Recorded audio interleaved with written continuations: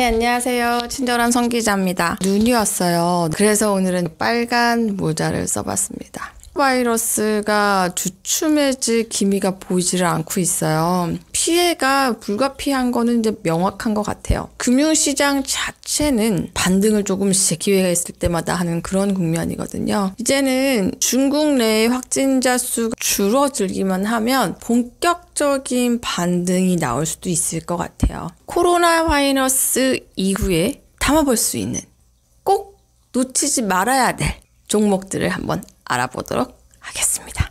특히 오늘 레터에서는 지난번에 제가 예고드렸던 테슬라에 투자하는 ETF를 소개해 드릴 예정입니다. 끝까지 시청해주세요. 그럼 레터를 한번 보시죠. 오늘 제목은요. 코로나 이후 반등 시그널 놓치면 후회할 너. 네, 이렇게 뽑아봤습니다. 콕 찍어드림. 네. 어그로를 해봤는데요. 그만큼 관심을 가져줬으면 좋겠다라는 의미입니다. 첫 번째, 외상은 있지만 막을 순 없다. 질주 준비 중인 반도체. 두 번째, 미국 테크주. 어디까지 뛸 거야 도대체? 이런 코로나 위기 상황에서도 미국 테크주들은 털어질 기미를 보이지 않고 있습니다. 마지막으로 중국이에요. 정말 심각한데 떨어진 칼자루 잡기. 상한가를 치는 테마주들이 있습니다. 그래서 오늘은 이 세 가지를 짚어보도록 하겠습니다. 먼저 1번. 대세를 꺾을 순 없다. 반도체 수출 개선. 저와 함께 하셨던 분들은 이미 아시겠지만 반도체 강조 되게 많이 했어요. 사실 저뿐만 하는 얘기가 아니라 전문가들이 다 하는 얘기예요.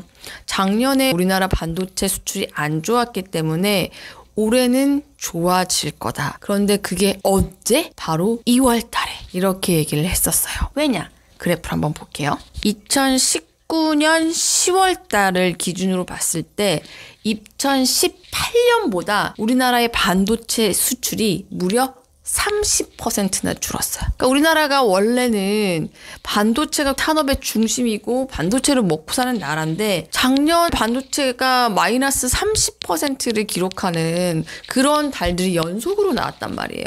그럼 당연히 우리나라 성장률이 좋을 수가 없는 거죠. 항상 안 좋은 건 아니니까 반도체가 다시 가격이 올라가는 그런 시점에 와 있다고 볼 수가 있거든요.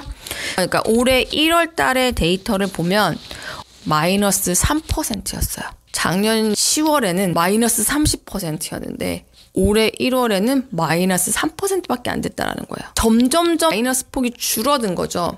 그래서 이 달에는 플러스로 전환될 것 같다라는 전망도 굉장히 많았었거든요. 근데 지금 갑자기 그 코로나 사태가 터진 거예요.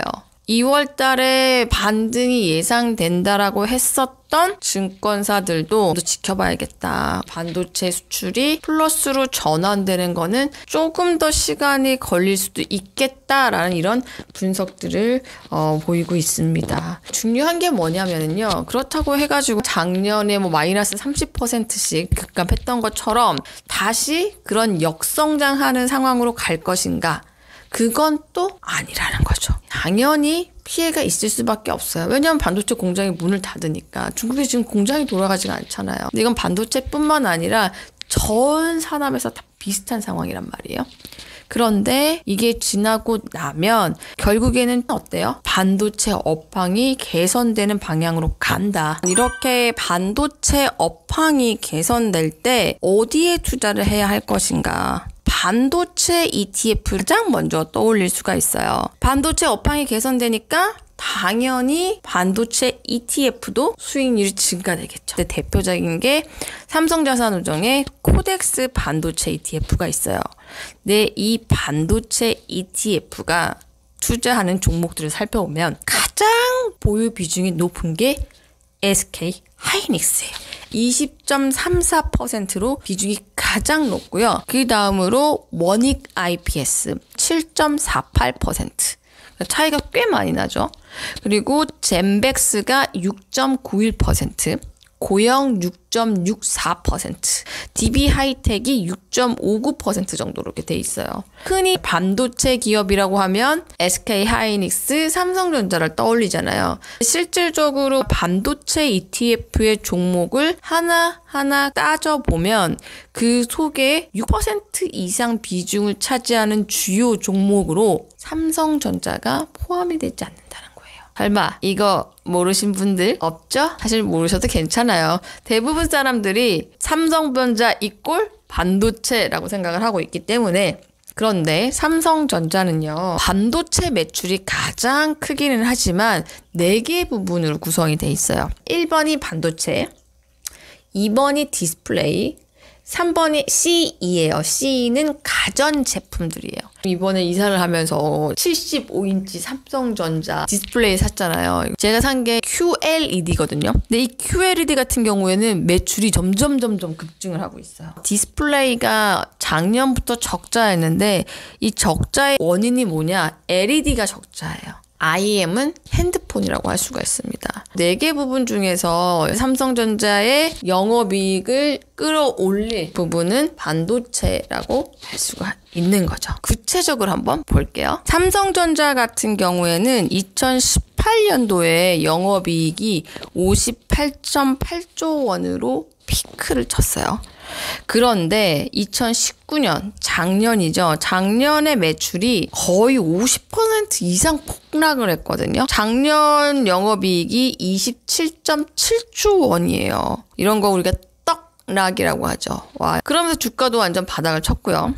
올해는 디스플레이는 여전히 적자가 예상되지만 반도체 업황이 개선될 거기 때문에 그래도 영업이익이 좋아질 걸로 예상이 되는데 얼마가 좋아질 거냐? 영업이익이 38.9조 원이에요. 그러니까 작년에 27.7조 원이었는데 올해는 38.9조 원, 약 40% 정도 영업이익이 개선될 걸로 예상이 되는 거죠. 근데 중요한 거는 어디까지나 증권사들의 전망일 뿐이라는 거예요. 아니, 증권사들의 전망이 뚝 떨어져서 다 맞아떨어지면은 왜 어닝 서프라이즈, 왜 어닝 쇼크 이런 게 있겠어요. 여러분들한테 말씀드리는 것도 순전히 전망치라는 거를 유념해 주세요. 나중에 딱 진짜 뚜껑을 열어봤더니 실제로 이거보다 더 잘 될 수도 있고 이거보다 더 안 될 수도 있는 거예요. 기업의 일이라는 거 어떻게 알겠어요? 지금 올해 1년 동안 무슨 일이 어떻게 될지 어떻게 알겠어요? 지금 코로나 바이러스의 영향은 여기 들어가지도 않은 건데. 현재로서는 유효한 전망이 올해 삼성전자의 영업이익은 작년보다는 약 40% 정도 좋아질 거다. 내후년이 훨씬 더 좋습니다. 3년 전에 삼성전자가 굉장히 좋았던 그 시절쯤으로 회복을 하게 되는 거죠. 그 다음으로 SK 하이닉스를 한번 볼게요. 반도체 기업인 SK 하이닉스는 장점도 있고 단점도 있어요. 만약에 반도체 업황이 좋다라고 하면 훨씬 더 좋겠죠. 근데 반도체 업황이 안 좋다라고 하면 삼성전자보다 훨씬 더 큰 타격을 받을 수밖에 없는 거예요. SK 하이닉스 같은 경우에는요, 2018년 영업이익이 정점을 찍었습니다. 매출이 40.4조였는데 영업이익이 20.8조 원이었어요. 엄청난 영업이익률이죠. 2019년도에요. 영업이익이 2.7%, 마이너스 87%입니다. 반도체 업황의 타격을 직격탄을 맞은 거예요. 그나마 삼성전자 같은 경우에는 반도체 업황이 안 좋다고 하더라도 다른 3개 부분들이 버텨줬잖아요. 근데 이 SK 하이닉스 업황이 직격탄을 맞아버린 거죠. 올해 영업이익이 7.2조 원으로 예상이 되는데 증가율이 168%다. 사실 겉으로 보기에는 삼성전자는 전년 동기 대비 올해 영업이익이 약 40% 증가하고 SK 하이닉스는 160% 정도니까 4배 차이가 나죠. 하지만 사실 속내를 딱 까놓고 보면 어때요? 그만큼 SK 하이닉스가 반도체 업황을 직격탄을 맞았기 때문에 훨씬 더 개선되는 것처럼 보이는 효과가 있을 수 있는 거죠. 직접적으로 보게 되는 거는 SK 하이닉스겠지만 삼성전자의 선택이 또 나쁘다라고는 저는 할 수 없다라고 생각을 해요. 이것은 개인의 선호도에 따라서 달라진다라고 생각을 하고 개인의 가치 판단이라고 생각을 합니다. 증권사 애널리스트들은 목표 주가를 해요. 이 목표 주가의 어떤 상승 여력도 보면 SK 하이닉스가 높거든요. 삼성전자 같은 경우에는 오늘 많이 올랐어요. 3% 가까이 폭등을 했네요. 이 투자 레터를 조금 더 일찍 보내드렸으면 여러분들한테 도움이 됐을 텐데 이미 오르고 난 뒤에 보내드려서 조금 죄송한 마음이 있습니다. 그래도 장기적으로 봤을 때 업황이 개선될 때 우상향하는 거기 때문에 조금 조정이 들어올 때 들어가시는 거를 저는 좀 추천을 드려요. 삼성전자의 목표 주가를 보면 차이는 있지만 7만 원 선으로 보고 있어요. 그래서 오늘 종가가 58,900원이었단 말이에요. 상승 여력은 약 18% 정도 있다라고 할 수가 있고요. SK 하이닉스 역시 오늘 굉장히 많이 올랐어요. 2.5% 상승했네요. 종가를 보니까 17,100원이에요. 목표가 평균 액수를 보면 약 12만 원 정도거든요. 네, 상승 여력은 약 23% 정도 있다. 목표가 대비 상승 여력으로 봤을 때도 삼성전자보다는 SK 하이닉스가 조금 더 여력이 높다라고 할 수가 있습니다. 그런데 우리가 고민을 해봐야 될 게 SK 하이닉스 같은 경우에는 중국에 이제 반도체 공장들이 더 많단 말이에요. 코로나 사태가 장기화됐을 때의 타격은 삼성전자보다는 SK 하이닉스가 더 크게 받을 수 있으니까 이 점 또한 좀 고려를 해봐야 될 내용인 것 같습니다. 절대 고점에 잡지 마시고요. 떨어지는 날, 급락이 나오는 날 잡으시기 바랄게요. 늘 강조드리지만 아무리 좋은 주식도 비싸게 사면 절대 좋은 주식이 아닙니다. 여러분들한테 추천을 드리는 거는 추천을 드리자마자 매수를 하라는 얘기가 절대로 아니고요. 이런 종목들이 있다, 이런 녀석들이 있다. 하지만 실질적인 매수 타이밍은 본인이 스스로 알아서 판단을 하셔야 됩니다. 한 방에 많이 몰빵을 하는 게 아니라 떨어질 때마다 조금씩 분할 매수하는 전략을 쓰셔야 돼요. 이 투자 레터 보내드리면서 가장 리스크하다고 느끼는 부분이 제가 이 분석은 해드리지만 실질적으로 여러분들이 투자를 하실 때 타이밍을 잡는 게 되게 힘든 일 같아요. 지금처럼 어떻게 하다가 보니까 올랐을 때 추천을 드릴 수가 있는 거잖아요. 이 판단은 스스로 해 주셔야 됩니다. 테슬라 ETF에 대해서 설명을 드리려고 해요. 테슬라 주가 최근에 되게 많이 올랐어요. 거의 한 달 새 30% 정도 올랐거든요. 코로나 바이러스 악재 속에서도 계속 오르고 있어요. 그래서 지난 3일 현지 시간이죠. 미국 종가 기준으로 테슬라의 주가가 얼마가 뛰었냐면 전날 대비 19.89%, 약 20%가 급등을 했습니다. 그만큼 테슬라는 가는 종목이다. 테슬라가 원체 말도 많고 탈도 많은 그런 종목이라서 이게 좀 긴가민가 했었는데 이번에 레터를 준비를 하면서 공부를 좀 하다 보니까 아직까지도 테슬라는 연간 기준으로 순이익이 적자가 난 적이 없습니다. 그러니까 계속 논란이 일고 있는 거예요. 기업이 순이익을 내지도 않는데 주가가 이렇게 많이 오르는 거죠. 네, 중요한 포인트. 지금까지는 단 한 번도 연간 기준으로 흑자를 낸 적이 없는 테슬라가 올해는 드디어 흑자 전환이 될 거란 기대감이 상당히 높다라는 거죠. 최근에 테슬라를 한번 얻어 타볼 기회가 있었는데 생각보다 굉장히 좋더라고요. 일단 승차감이 너무너무 좋아요. 만약에 여력이 된다라고 하면 다음 차는 테슬라로 한번 구입을 해볼까라는 생각마저 들더라고요. 올해 목표가요 50만 대예요. 미국에서는 테슬라가 없어서 못 판다라고 해요. 중국 시장이 본격화된다라는 거예요. 상해에 기가팩토리 테슬라 공장이 있는데 지난 1월부터 상해에서 생산한 테슬라 Y 모델을 고객들한테 인도하는 게 시작이 된 거죠. 가격이요. 미국 현지보다 훨씬 더 쌉니다. 우리나라 돈으로 환산을 했더니 약 5천만 원 정도 되더라고요. 이게 왜 이렇게 싸냐? 제조 원가가 미국보다 훨씬 더 저렴하니까 저렴한 가격으로 똑같은 자동차를 팔 수가 있는 거죠. 올해 연말까지 전 부품을 중국산으로 교체를 할 예정으로 돼 있어요. 이른바 테슬라 밸류체인이라고 하는 중국 종목들이 있었는데 굉장히 많이 올랐죠. 테슬라 가격이 지난 종가 기준으로 했을 때 $780였어요. 이걸 우리나라 돈으로 계산을 하면 92만 원 정도거든요. 미국 애널리스트들이 목표로 하는 테슬라의 주가는 $808, 95만 원 정도. 그러니까 지금 현재가랑 목표가랑 별 차이가 안 나요. $100까지 가는 날이 올 거다. 이런 전망도 나오고 있습니다.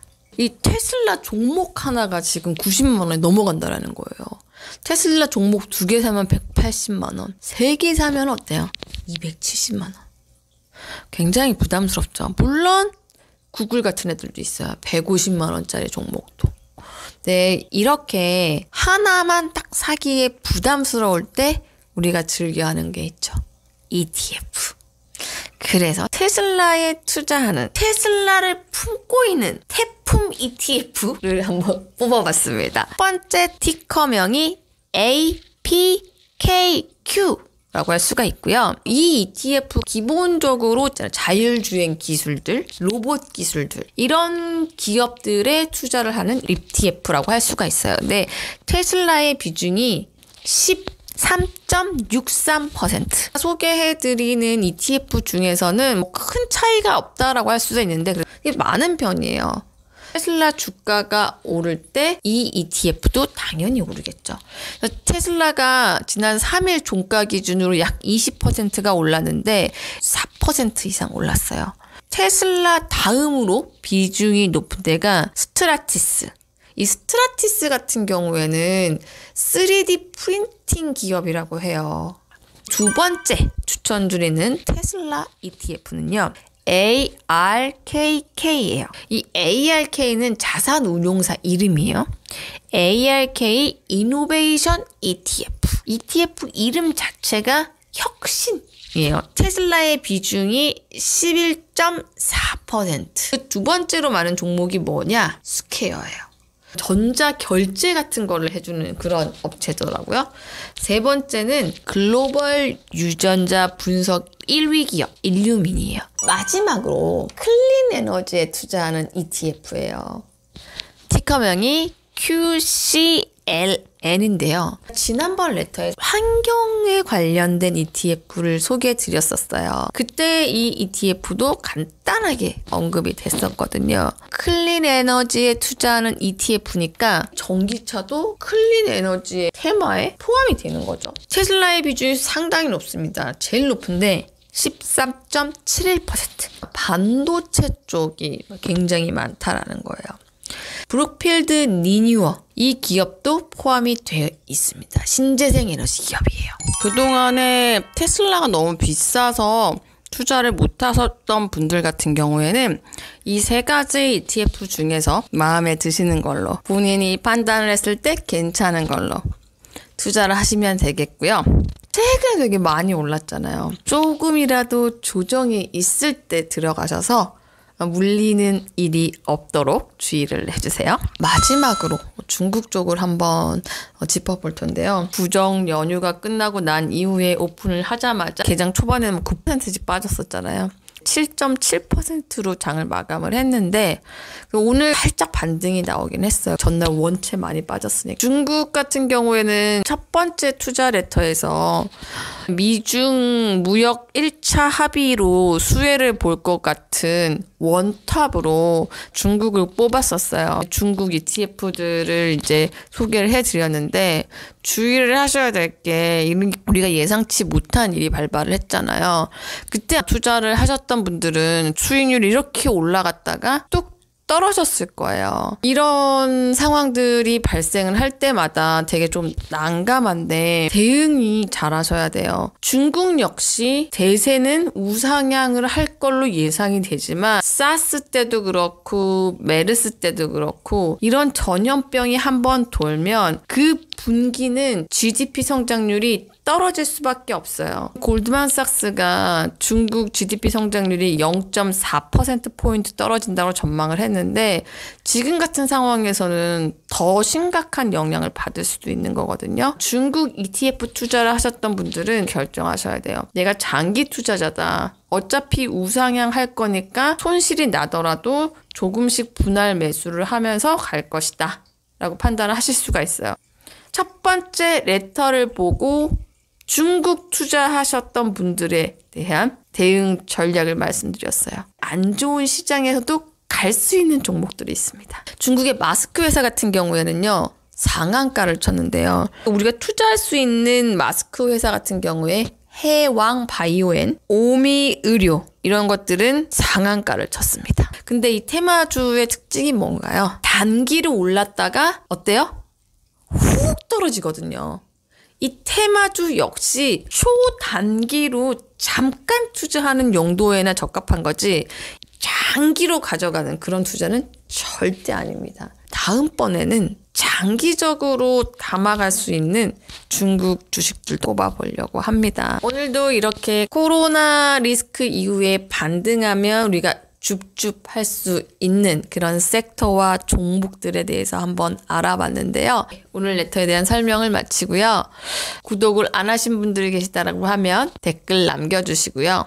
또 추가적으로 궁금한 게 있다라고 하시는 분들은 또 직접 저한테 의견을 주시면 제가 부분을 반영해서 분석을 해보도록 하겠습니다. 이번 추위만 지나면 따뜻한 봄이 올 것 같은데요. 우리 다 함께 기다려 보도록 할게요. 다음 시간에 뵐게요.